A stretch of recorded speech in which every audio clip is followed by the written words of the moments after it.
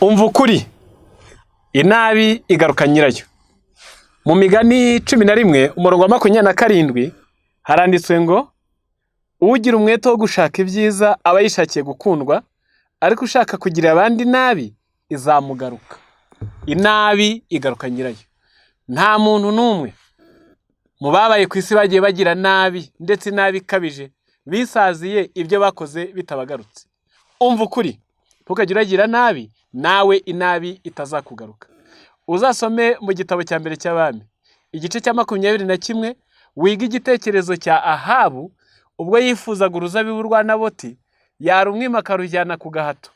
Uzasoma icyo gice uzasanga umugore we Yezebeli wamufashije mu mushinga mubi, agatoranya abagabo 7 b'ibigoryi bagashinja Naboti ibinyoma, akitwa ngo bakunde bazungura uruzabibu rwe.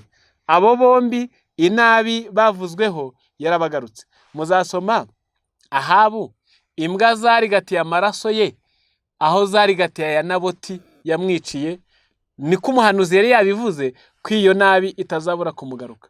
Muzasoma mu gitabo cya 2 cy'Abami igice ni cya 9 umurongo wa 32 ubwo Yehu yari yateye Yezebeli bamujugunye hasi, kandi byakozwe n'inkone 3 zamurindaga, bigaragara ko nazo atari yarazigiriye neza. Nizo zamujugunye mu idirishya agwa hasi arasandara nkuko byari byaravuzwe, nuko imbwa zimurira ku nkike z'Iyezereli. Ni nabi yagize yari imugarutse. Umva ukuri, ntukajye uragira inabi ejo inabi itazakugaruka. Mu migani 17 umurongo wa 13 haranditse ngo uwitura ibyiza yagiriwe wakabyitura ibibi ntibizava mu rugo rwe. Ubwo kandi ni nako byanditse muri Zaburi ya 38 umurongo wa 20 kugeza 21 haranditse ngo abitura inabi ababagiriye neza nabo n'abanzi banjye, kuko nkurikiza icyiza. Umva ukuri, ntukajye uragira inabi ejo inabi itazakugaruka. Bana b'Imana, iyo umuntu umugiriye nabi nubwo ibyo wakoze atabyitaho wakagukorera ibyiza, Abaroma 12 umurongo wa 20 kugeza 21 umwanzi wawe nasonza umuhe icyarya, nagira inyota umuhe icyanywa, kuko nugira utyo ngo uzaba umurunza amakara yaka ku mutwe. Ni hahandi hawe ukugiriye neza weho umugirira nabi, iyo nabi ibizakugaruka. Ngaho murebe urutonde rw'ababaye ku isi b'abagome, harimo na Ataliya. Muzamusoma mu gitabo cya 2 cy'Abami igice cya 11.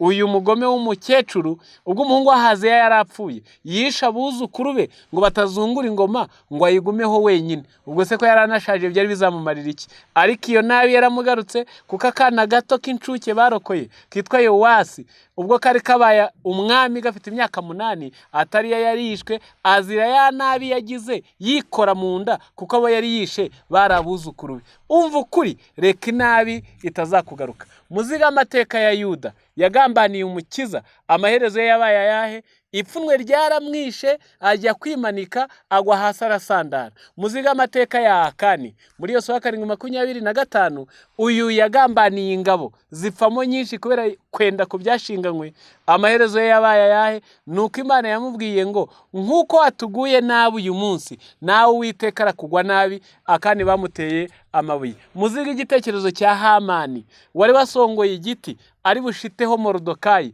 byashoje ari we bakimanitseho. Inabi igaruka nyirayo. Erega na Yowabu wishe Amasa akica na Abuneri batarabo gupfa, nawe yapfuye abizize. Sisera nuko byagenze. Ubugome bwa Sheba ntabwo bwamuhiriye. Umva ukuri, jya uragira neza inabi itazakugaruka. Mu muryango umugore ajya akunda umugabo, umugabo akunda umugore we, nimwangana iyo nabi mugirirana muzavamwe abasaza babi badakundanye kandi mukeneye ubufasha bw'umwe ku wundi. Umwana ku mubyeyi, umubyeyi ku mwana, nuko umukozi n'umukoresha, umukoresha n'umukozi mujye murakundana. Ni kangahe se mu miryango aba boss bagirira n'aba bakozi nabo bakazabihimuraho bakoresheje kubaroga, kubica, kubicira babo, cyangwa kubakorera ibindi bibi byose. Umva ukuri, jya uragira neza. Abafilipi 4:5 ineza yanyu imenywe n'abantu bose, kuko umwami ari bugufi. Gira neza inabi itazakugaruka. Umva ukuri.